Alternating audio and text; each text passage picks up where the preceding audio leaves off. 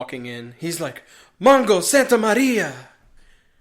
Mongo Santa Maria is actually a Cuban music star, a musician. Like a pop star of that time in the 70s? No, it's a Cuban musician. 80s, I'm sorry. Mongo Santa Maria. Mongo Santa Maria. I don't know a lot about Cuban music. Cuban music or Mexican music. I don't know where the Mexican music part comes in, but I'm gonna say that sounds plausible. I would say true. It is true.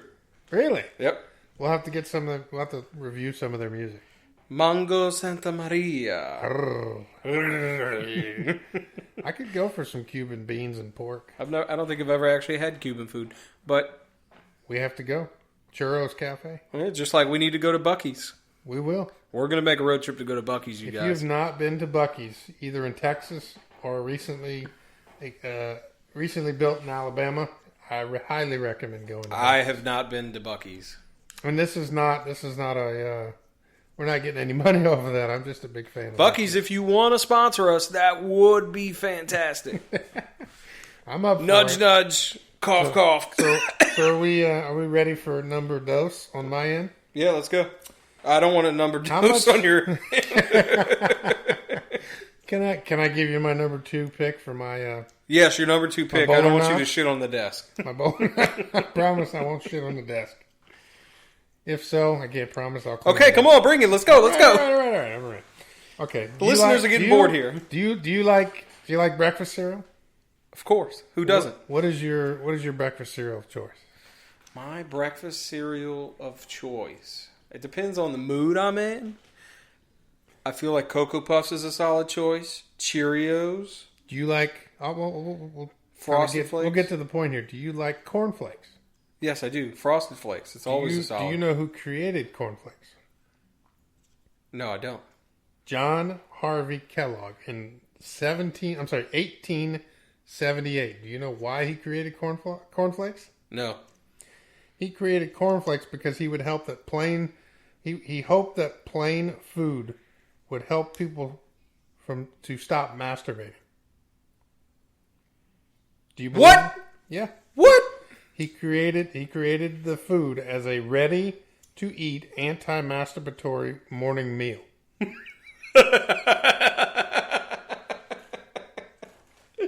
That's the funniest thing I've ever heard. I feel like jerking it, but I think I'm going to eat some Kellogg's. Hey, Mom, why'd you buy so many boxes of Kellogg's? My lotion supplies are gone now, Jeffrey. Okay, so what do we think about that? What do we give a stamp of approval? Stamp of approval? Bowl or not? That's too crazy not to be true. It is absolutely true. That is amazing. Thank you, John Harvey Kellogg. From 1878. I can't get that year to save my life. 1878. If you're having trouble battering the salami, go get yourself a box of Kellogg's. Man, it's definitely helped my day out. So do you have a number 3? Yeah, I actually do. And it goes back to the character of Mongo. Mongo, okay. Mongo. Don't shoot him. You'll just make him mad. You just make him... Mongo loves Sheriff Bart. So, Richard Pryor came up with the character of Mongo. Did you know that? True bowl or not?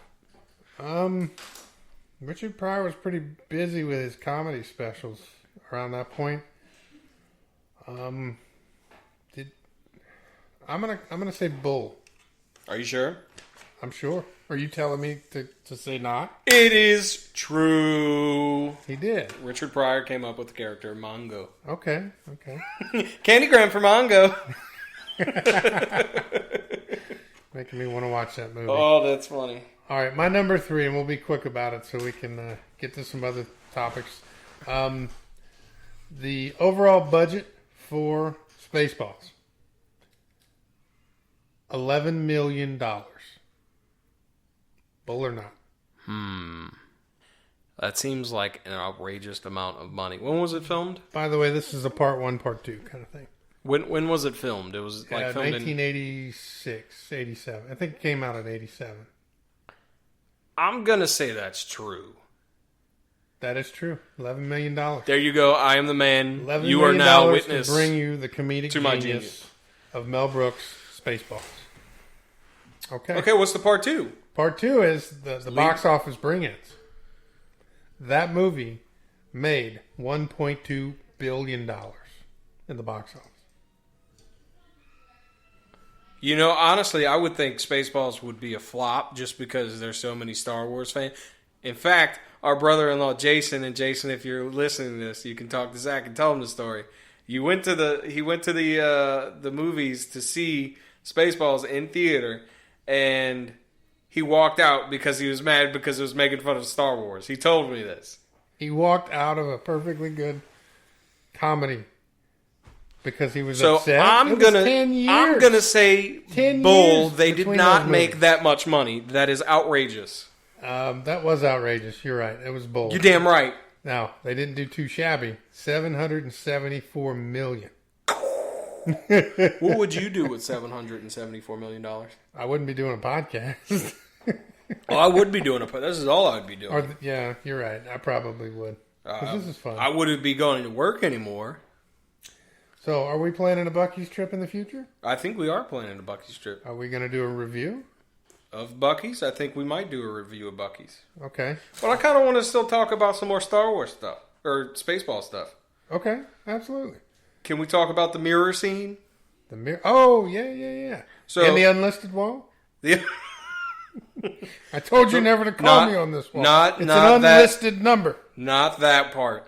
In Spaceballs, if you see when they're in the desert, they're in a 1973 Volkswagen thing, and there's it's sitting there. It's got like PVC pipes and shit attached to the back. Is that really a thing? Ha ha ha. Ha ha. That was not funny. Anyway. Anyway, they put a mirror in front of it, so it looks like it's off the ground, but it's not. They have pictures of the whole setup? You can see that online? No, you can see it from the scene. You can see PVC pipe in the movie. You can see it looks like PVC $11 million. It's allegedly PVC pipe. $11 million, and they use a mirror to make this thing look like it's floating. I would have never guessed it until somebody told me that. I'm gonna have to go look at it. So you're saying they put a mirror down at the bottom of the car to show the sand that was underneath, and it looked like it was floating? Yes, that's exactly what I'm saying. Are we doing bull or not? No, that's a fact. That's a fact? You can see the edge of the mirror. I still want one of those big combs. What are you going to do? Your wife's not going to let you keep the big comb. I mean, I'll put it on the wall somewhere. You know what one of my favorite lines of the movie was? Besides the Colonel Sanders. You can't beat the Colonel Sanders line. It's the, he finds they find the secret layer of yogurt, and he's like, yogurt! I hate yogurt! I like the one where he's like, who would dare give me the raspberry? And then he rubs the screen, and then he's like, Lone Star. And Michael Winslow was in there. He sure was. I can't do it. I'm not even going to try to do it. Michael Winslow's the man from Police Academy and other great movies. Man, the sound, he must be an incredible... Have you ever seen him play tennis with himself? Must be an incredible beatboxer. He plays tennis with himself? Yeah. He goes... I've seen the YouTube video. It's pretty funny. No, I kind of... They had an interview on YouTube the other day with Mel Brooks that I was watching, and I don't have the link, but they were asking if he was going to come out with Spaceballs 2. Do you think they should be a Spaceballs 2? I've heard rumors. I'll give you my opinion shortly.